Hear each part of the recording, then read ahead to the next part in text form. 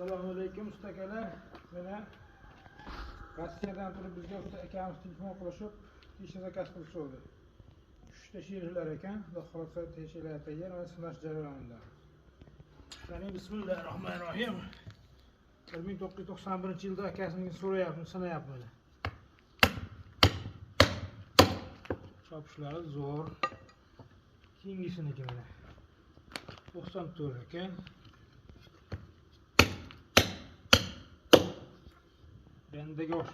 Renda o'xshatib olyapti. Bu ham bu. Bunisini biz bilan teng ekan, 89-yil ekan. Bolta soat bu. Mana endi temirga urib sinab beramiz.